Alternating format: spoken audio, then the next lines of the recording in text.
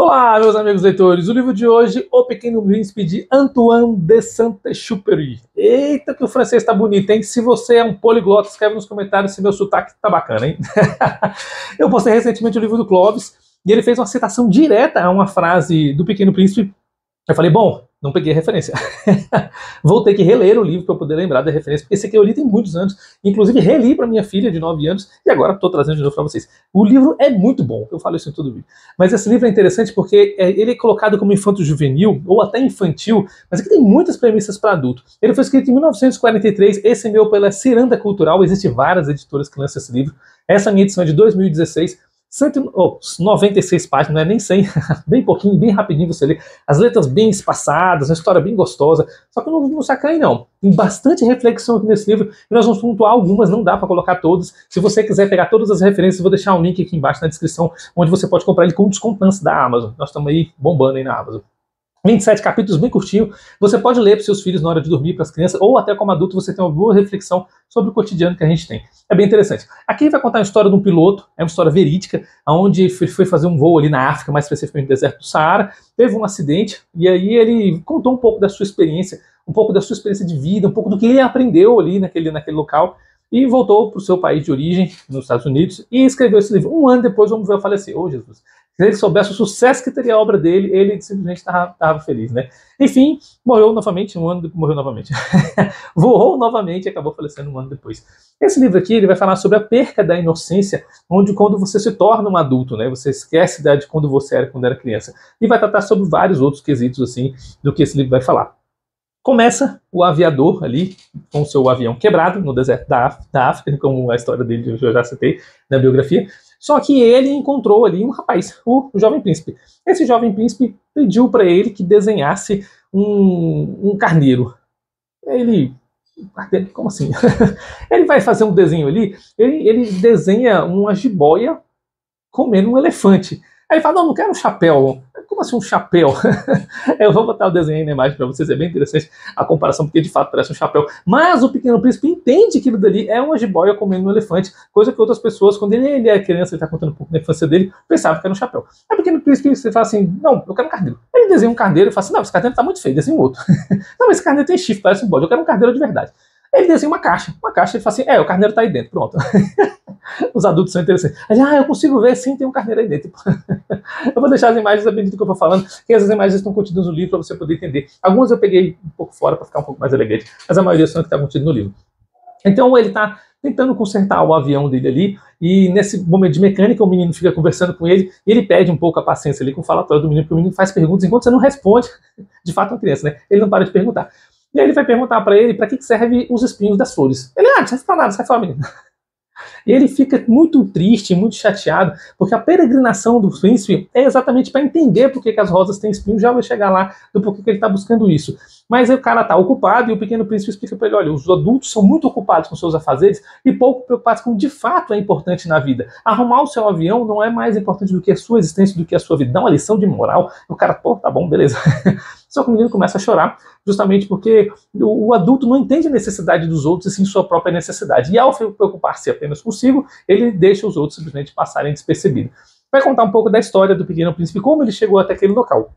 O Pequeno Príncipe, então, ele mora num planetinha bem pequenininho, com uma rosa e alguns vulcões. Se você ler o livro, escreve no comentário quantos vulcões tem lá. Uma pegadinha aí para você catar com a gente. É um planeta miúdo, onde a casa dele é aquele planeta. E ali naquele lugar ele plantou uma sementinha, e aquela sementinha nasceu uma rosa. E a rosa requer muitos cuidados, porque ela tem medo de tigres, que vou comer suas pétalas, só que não, ela tem medo dos ventos, citado o tigre aqui no exemplo do livro, mas ela tem medo dos ventos que podem arrancar as pétalas dela, então ele tem todo o cuidado com aquela rosa que precisa dele. A rosa tem a necessidade da existência dele. Aí já começa um pouco da reflexão de você entender, de ter as coisas para a necessidade do outro e não de si. A gente geralmente tem as coisas para o nosso deleite, e aqui ele está falando de você ser o deleite para o uso de outros objetos. Achei interessante a reflexão, nós vamos entrar isso no short e algumas outras percepções quando a gente for nos outros planetas.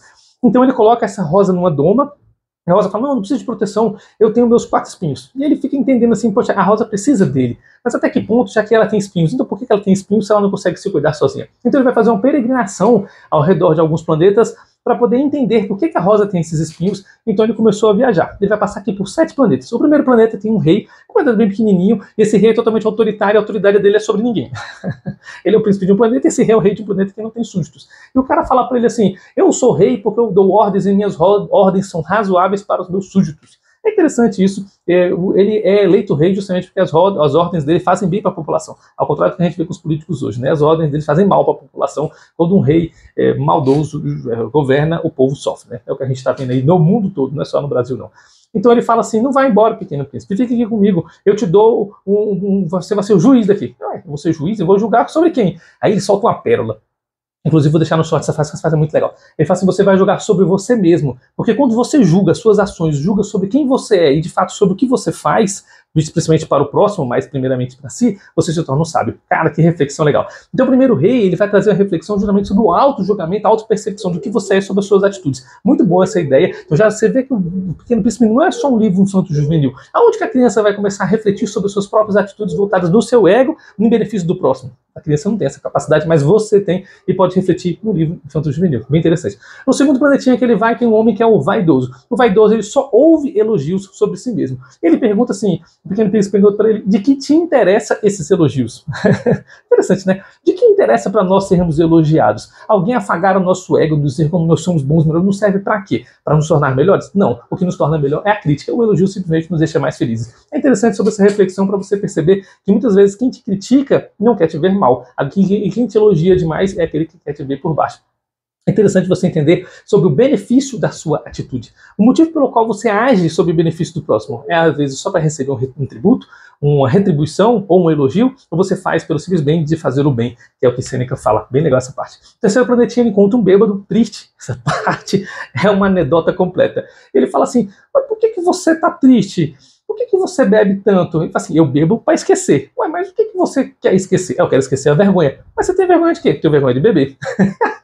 Ah, você bebe para esquecer a vergonha de beber? É isso mesmo? Sim, é isso mesmo.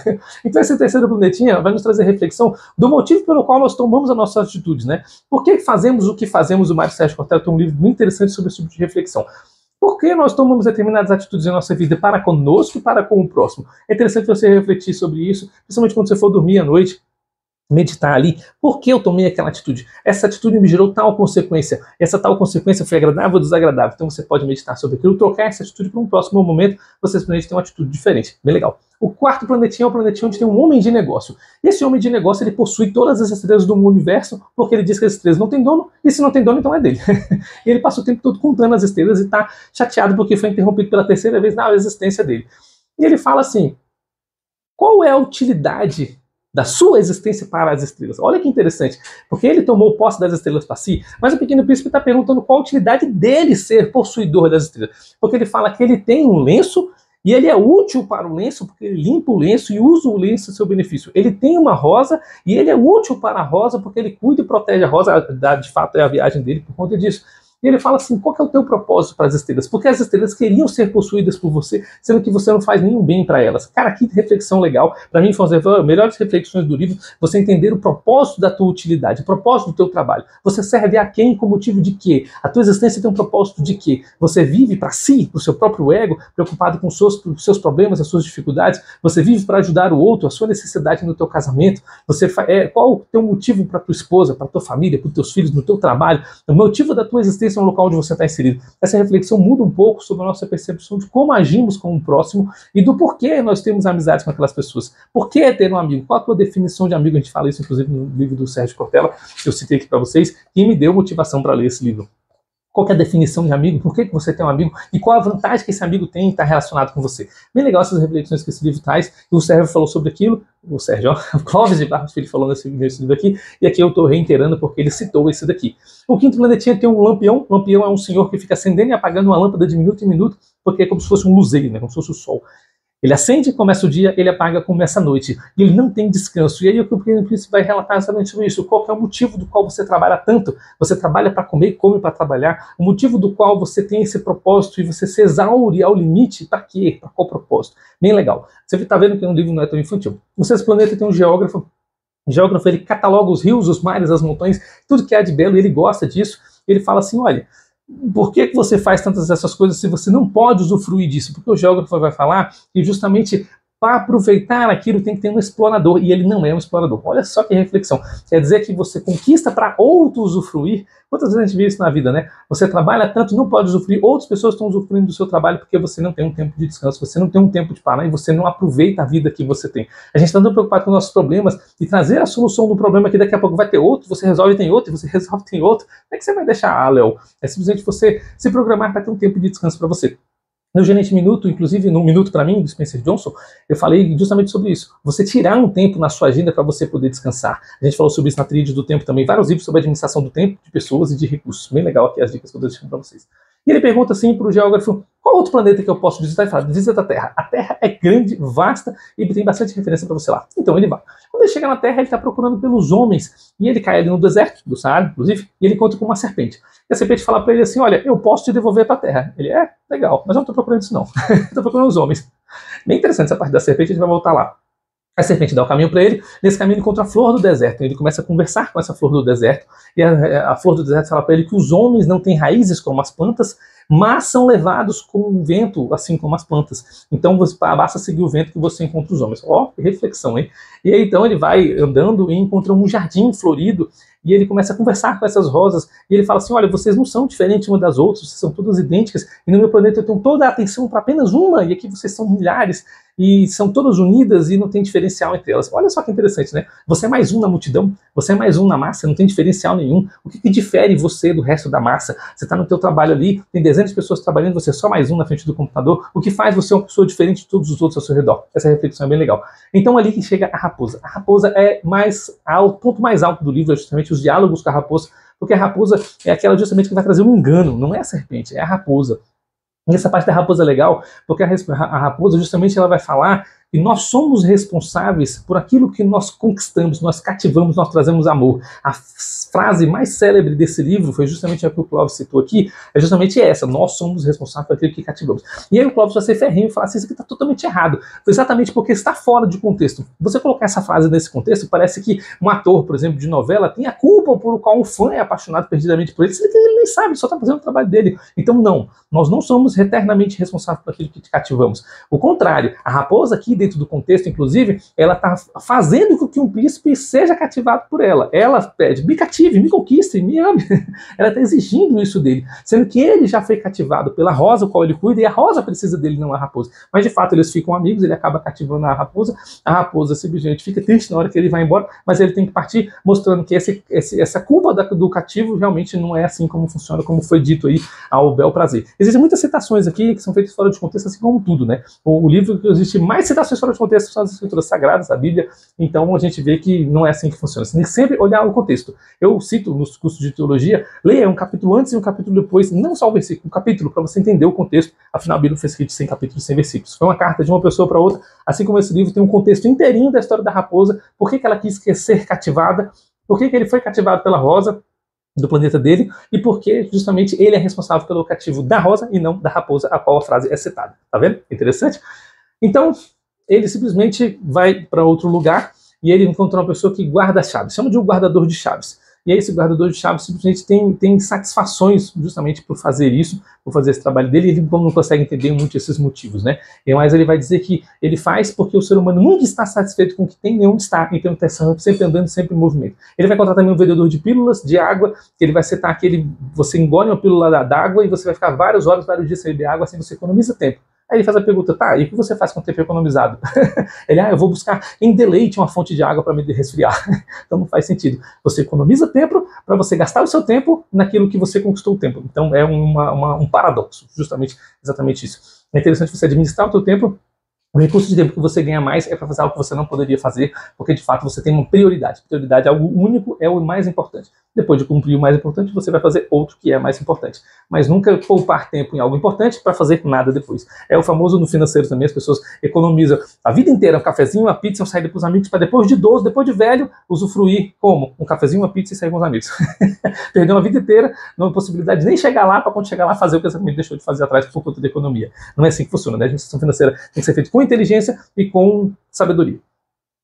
Então ele vai encontrar o aviador. Sim, agora a gente volta para o início da história, onde o avião caiu e ele encontra com o aviador para fazer a pergunta das rosas, né?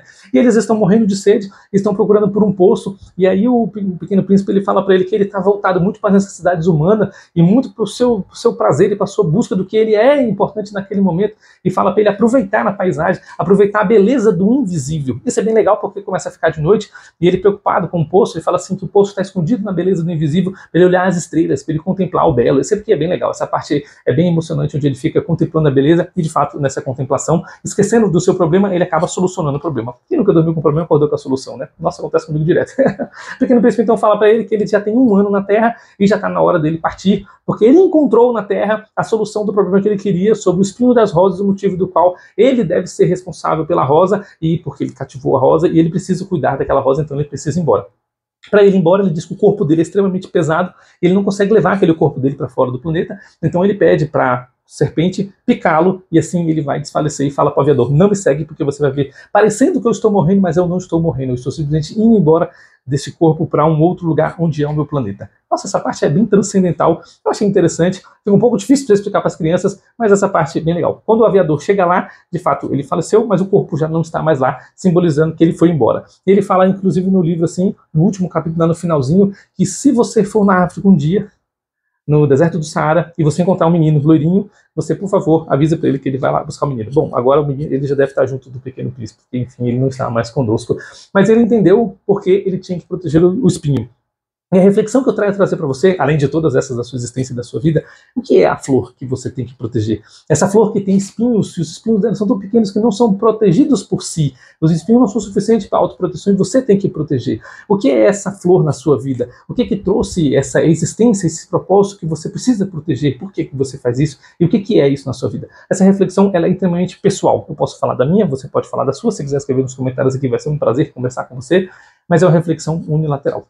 Beleza? Um livro bem interessante, um livro maduro, ao contrário de que todos pensam que seja um livro infantil, pode ser sim contado na cabeceira da cama ali para criança, principalmente as aventuras no planetinha, dá para você contar uma aventura ali, uma aqui, não dá para explicar para uma criança de fato isso, mas talvez para o infanto juvenil já dá para explicar sim, os adolescentes começarem a entender sobre essas reflexões, dessa motivação, desse propósito, desse amor que cativa. Muito obrigado pela sua companhia, por mais essa leitura e até o próximo livro.